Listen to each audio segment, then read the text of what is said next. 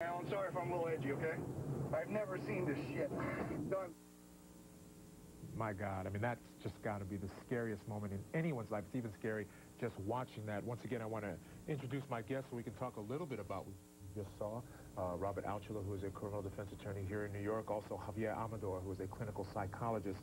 I mean, just so much happened there. It's really unbelievable.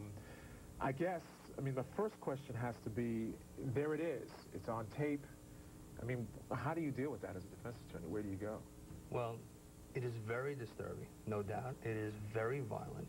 But I think the tape also does help the defense because it is so disturbing. And what you really want is you want the jurors thinking, wow, that is such an incredible thing that we've just seen. We are so disturbed. It can't just be about that videotape. It has to be about what led up to the, the circumstances surrounding his background, her background, the family background. Why did this happen? So as much as prosecutors think that this may be the be-all and end-all videotape that proves their case, I think that in certain ways it touches emotions in jurors that could favor the defense. Yeah, I think it's important for our viewers to understand that oftentimes I think defense attorneys are demonized because you get a tape like this and people are wondering how a defense attorney could even stand in defense of a guy like this who commits this type of act, in plain view. But the deal is, we have to know what's going on inside his head when he commits the act. That's what the law is about, and there are provisions for that in the law.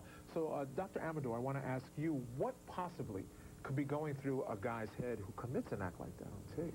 Well, I have to comment on the cameraman's comment. The man's psychotic. Right. And jurors are going to see that and I think have that same reaction that Bob was just talking about. What's going through his head, again, I said this earlier, I think really blind fury, where emotion is absolutely overcoming any judgment. That's the most likely hypothesis I have. I mean, just from looking at that tape. If it's premeditated, then there should be some evidence of that. There should be evidence that he talked about it, that he had the gun on his person. Apparently he went back to the car to get the gun. These things don't add up to premeditation in my mind, sitting here. To me, they add up more to impulse problems or impulse control problems, which he has a long history of. Sure. One of the things that sticks out in my mind about that tape, and many of our viewers may not have noticed it, it only came to me after watching it many times, was how adept he was with the gun. I mean, this looked like a guy who is not unfamiliar with the use of a gun to a certain degree. I mean, he was very comfortable pulling that trigger. Let me tell you my take on that. Okay, my absolutely. take was that the first time I noticed the gun was about, pardon me, like this far from the guy's head. Okay. I mean, from the victim's head. Right. And, to me, it doesn't take a whole lot. I mean, maybe he knows how much it takes to pull the trigger, right. But he didn't have to be a marksman. I mean, this was something where he moved towards his target, he held the gun right up against it, pop, pop, pop, pop, pop, pop, pop.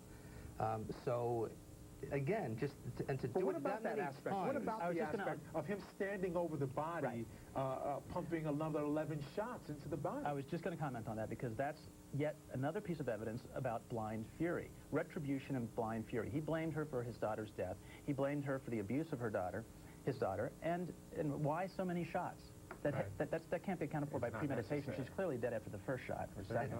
And can I go back and just defend my profession for a second? Quickly, please do. And this is why defense attorneys are essential in the system. Because if you just look at the tape, you say open and shut case. But if you knew about his history, all the things he had gone through, the head injuries and all that his daughter was suicidal, she killed herself, his wife was to blame for that, in this man's mind. If you go through all these different things, if you go through all the steps he took in terms of contacting the police to try to get his ex-wife, the decedent, prosecuted, and her then husband prosecuted, how he threatened to go to the media, followed up, and was having success with the media. I mean, he was kind of succeeding in looking for his own justice. If you know all these things, it gives you a completely different picture of the video. And that's not done with smoke and mirrors. That's real life. That's true. So we're going to talk a little bit more about his background and find out how that plays into this case with Dr. Amador here as well. That's a great opportunity to do that. We have to take a quick break, but I did want to give you one reminder. We are having a chat on our website, www.courttv.com. We're having a chat tonight with the toughest sheriff in America. His name is Sheriff Heggie, and